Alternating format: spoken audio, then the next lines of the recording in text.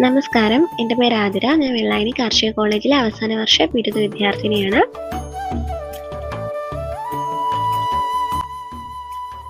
ഇപ്പോൾ ഞാൻ നിൽക്കുന്നത് പട്ടാമ്പി നെല്ല് ഗവേഷണ കേന്ദ്രത്തിലാണ്. ഇവിടെ നെല്ല് കർഷകർ പ്രധാനമായും നേരിടുന്ന ഒരു പ്രശ്നം എന്ന് പറയുന്നത് നെല്ലിലെ ഇലചുരുട്ടിപ്പുഴു അഥവാ ഓലചുരുട്ടിപ്പുഴുവിൻ്റെ ആക്രമണമാണ്. ഇന്നത്തെ നമ്മുടെ വീഡിയോ ഇലചുരുട്ടിപ്പുഴുവിൻ്റെ ആക്രമണ ലക്ഷണങ്ങളും നിയന്ത്രണ മാർഗങ്ങളുമാണ്. ഇലചുരുട്ടി അഥവാ ഓലചുരുട്ടി നെൽകൃഷിയിലെ മറ്റൊരു പ്രധാന കീടമാണ് ഇലചുരുട്ടി അഥവാ ഓലചുരുട്ടി.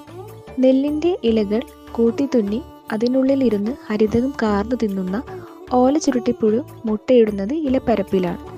രൂക്ഷമായുള്ള ഇവയുടെ ആക്രമണം വളർച്ചയെയും അതിലൂടെ വിളവിനെയും ബാധിക്കുന്നു. ഇവയുടെ ശലഭങ്ങൾക്ക് മഞ്ഞ കലർന്ന തവിട്ടു നിറമാണ്. അതിൻ്റെ മധ്യഭാഗത്ത് ധാരാളം ഇരുണ്ട അലകളുള്ള വരകളും ചിറകുകളുടെ അരികിൽ ബ്രൗൺ ബാൻഡുമുണ്ട്.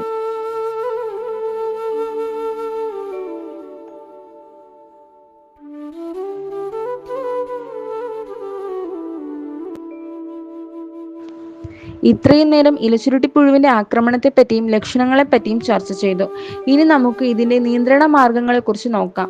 ആദ്യം ചെയ്യേണ്ട കാര്യം പുഴുവിനെ കാണുന്ന ഇലയെടുത്ത് നശിപ്പിച്ചു കളയുക എന്നതാണ്. പ്രതിരോധശേഷി കൂടിയ ഇനങ്ങളായ ജ്യോതി, ലക്ഷ്മി എന്നിവ നടാനായി ഉപയോഗിക്കുക. പറിച്ചു നട്ട് 10 ദിവസങ്ങൾക്കു ശേഷം 5-6 ആഴ്ച ഇടവേളകളിൽ ട്രൈക്കോഗ്രാമ മുട്ടക്കാടുകൾ പാടത്ത് 1 ഏക്കറിന് 2 കാട് എന്ന തോതിൽ വയ്ക്കുക. ഇതിനുവേണ്ടി പ്രധാനമായും ഉപയോഗിക്കുന്നത് ട്രൈക്കോഗ്രാമ കീലോണിസ് എന്ന മുട്ടക്കാടുകളാണ്. ഇത്തരം ട്രൈക്കോഗ്രാമ മുട്ടക്കാടുകൾ നെല്ലിലെ ജൈവിക കീടനിയന്ത്രണത്തിന് സുപ്രധാനമായി പങ്കുവഹിക്കുന്നു. ട്രൈക്കോഗ്രാമ മുട്ടക്കാടുകൾ ഉപയോഗിക്കുമ്പോൾ ശ്രദ്ധിക്കേണ്ട കാര്യങ്ങൾ എന്തെല്ലാമാണെന്ന് നോക്കാം.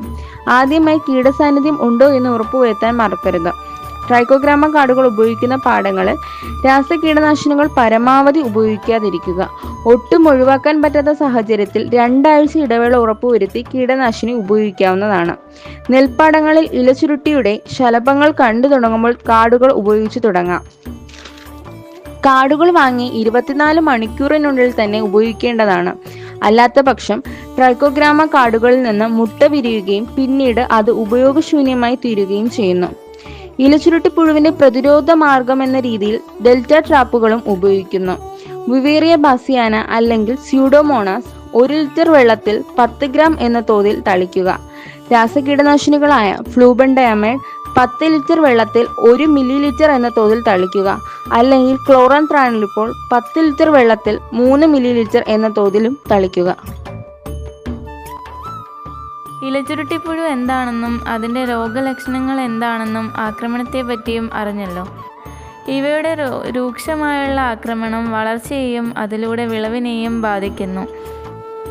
പ്രതിരോധശേഷി കൂടിയ നെല്ലിനങ്ങൾ ഉപയോഗിക്കുക, ട്രൈക്കോഗ്രാമ മുട്ടക്കാടുകൾ ഉപയോഗിക്കുക എന്നീ ജൈവമാർഗങ്ങളും ക്ലോറാൻത്രാനിലിപ്പോൾ, ഫ്ലൂബൻഡയമൈഡ് പോലുള്ള രാസകീടനാശിനികളുടെ ഉപയോഗവും ഇത്തരത്തിലുള്ള സംയോജിതമായ ഇടപെടലുകൾ ഇലചുരുട്ടിപ്പുഴുവിനെ നിയന്ത്രിച്ച് വിളവ് കൂട്ടാൻ സഹായിക്കുന്നു.